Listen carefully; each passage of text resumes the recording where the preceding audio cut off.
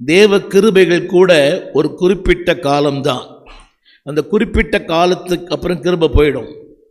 புரிந்தவர்கள் ஆமீன் சொல்லணும். எல்லாருக்கும் தேவன் கிருபை கொடுத்துருக்கிறார், எனக்கு கிருபை கொடுத்துருக்கிறார். அந்த கிருபை கூட it is for a time limit. அந்த மார்க்கு சுவிசேஷம் 13ஆம் அதிகாரத்தில் இன்னும் ஒரு வருஷம் அப்படியானால் ஆண்டவர் அந்த கிருபையை கூட இட் இஸ் லிமிட்டட்.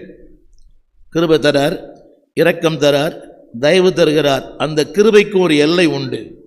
கவனியுங்கள், திரையில் பாருங்கள், கிருபைக்கும் எல்லை உண்டு. நிறைய பேர் நினைக்கிறாங்க இதே மாதிரி வண்டி ஓடும், இதே மாதிரி இருப்பேன், அவர் மன்னிக்கிறார், உண்மைதான்.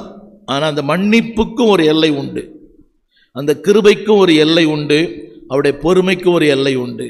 அவர் சொல்லுகிற வார்த்தை, இன்னும் நேரம் வரவில்லை. இன்றைக்கு ஒரு 3 வார்த்தைகளை சொல்ல விரும்புகிறேன். 6ஆம் வசனம் தெரிந்த வசனம்தான். உங்கள் வழிகளை சிந்தித்து பாருங்கள். கவனிங்க, அதில் ஒரு வார்த்தை இருக்குது, உங்கள் வீடுகளில் குடியிருக்கிறீர்கள். உங்கள் வீடுகளில் இப்படி சொன்னாங்களுக்கு புரியும். கம்ஃபர்ட் ஜோன், வசதியான வாழ்க்கை, நல்ல வேலை, நல்ல கணவன், நல்ல மனைவி, நல்ல பிள்ளை, நல்ல எல்லாமே, எவ்ரிதிங் இஸ் ஓகே. கவனிங்க, அந்த 4வது வரி, அந்த வீடு கூட அவரால் கொடுக்கப்பட்டது, இந்த வாழ்க்கை அவரால் கொடுக்கப்பட்டது, இந்த வேலை அவரால் கொடுக்கப்பட்டது, இந்த மேன்மை அவரால் கொடுக்கப்பட்டது. இதில் என்ன பிரச்சனைன்னா, உங்கள் காரியங்களை நீங்கள் பார்க்கிறீர்கள், ஆனால் தேவ காரியங்களை பார்ப்பதில்லை. காலையில் கூட சொன்னேன், அதை நீங்கள் போடுறீங்களா ப்ளீஸ் ஒன்ஸ் அகெயின். ஜாக்கிரதை இல்லை, பொறுப்பு இல்லை, தேவனை பற்றிய சிந்தை இல்லை. இன்னொரு முறை, தேவனை பற்றிய சிந்தை இல்லை. அதுக்கு முன்னால தேவனை பற்றிய சிந்தை இல்லை.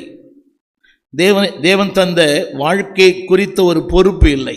திரும்ப சொல்லுகிறேன், சம்பாதிக்கிறது அந்த பொறுப்பு நல்லதுதான். சில பேருக்கு அந்த பொறுப்பு கூட இல்லை. சம்பாதிக்கணுமே, பிள்ளைகளை கரை சேர்க்கணுமே, கடத்தை அடைக்கணுமே, நிறைய பேர் அது பொறுப்பே இல்லை. இந்த அம்மா சம்பாதிச்சு அவனுக்கு சோறு போடுது. அப்போ தேவன் சொல்கிறாரு, உனக்கு சில பொறுப்புகளை கொடுத்துருக்கிறேன். உலக பிரகாரமாக ஊழியத்தில் எல்லாருக்கும் சில பொறுப்பு இருக்குது. நீ எல்லாரும் சொல்கிறாங்க எனக்கு ஊழியமே இல்லை. எல்லாருக்கும் ஒரு ஊழியம் இருக்கிறது. எல்லாருக்கும் எல்லா ஊழியம் அல்ல, எல்லாருக்கும் ஏதோ ஒரு ஊழியம். ஆமீன் சொல்வீங்களா? எல்லாருக்கும் எல்லா ஊழியம் அல்ல. எல்லாரும் பிரசங்கம் பண்ண முடியாது, எல்லாரும் பாட முடியாது, எல்லாருக்கும் எல்லா ஊழியம் அல்ல, எல்லாருக்கும் ஒரு ஊழியம்.